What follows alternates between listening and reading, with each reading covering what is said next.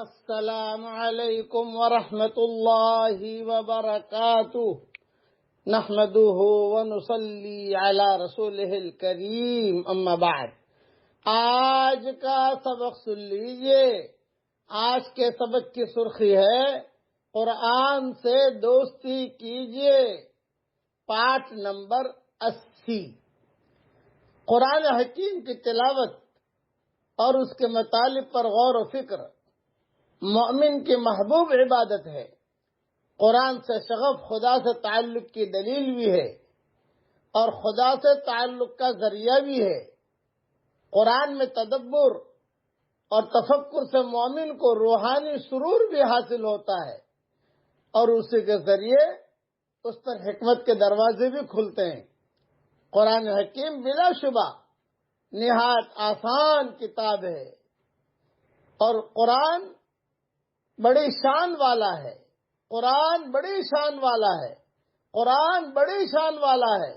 جہاں تک اس سے ہدایت حاصل کرنے اور اس کے احکام کی پیروی کرنے کا تعلق ہے، اس کی تعلیمات نہایت سادہ اور واضح اور حج گزلت سے پاک ہے۔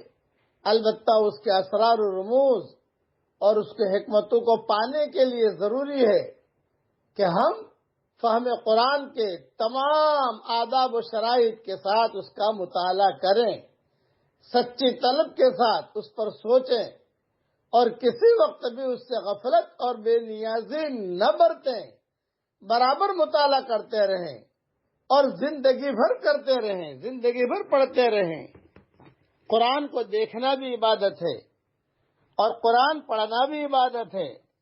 قرآن کو ہاتھ لگانا بھی عبادت ہے، قرآن کو چھونا بھی عبادت ہے، قرآن کو پڑھنا بھی عبادت ہے، قرآن کو جو ہے اپنے سینے میں اتارنا بھی عبادت ہے۔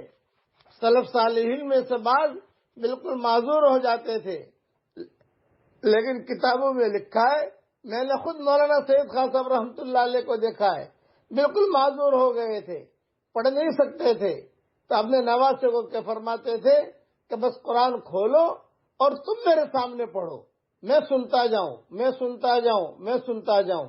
کبھی کبھار نواسا نہیں ہوتا تھا تو حضرت خود قرآن کو جو ہے دیکھتے جاتے تھے اور روتے جاتے تھے، قرآن کو دیکھتے جاتے تھے، روتے جاتے تھے۔ بس یہ 80 پارٹ میں نے قرآن سے دوستی کیجئے، اس سے میں نے 80 پارٹ تیار کیے ہیں۔ اللہ تعالی ہم سب کا تعلق قرآن سے کر دے اور ہماری قیامت تک کے آنے والی نسلوں کا تعلق اللہ تعالیٰ قرآن سے کر دے۔ کل سے انشاءاللہ شروع ہوگا پیارے اللہ سے دوستی کیجئے، part number 1، part number 2، part number 3، part number 4، یہ انشاءاللہ شروع ہوگا۔ پیارے اللہ سے دوستی کیجئے۔ اب پڑھ لیجئے میرے ساتھ، اللہم ارزقنی طیبا واستعملنی صالحا۔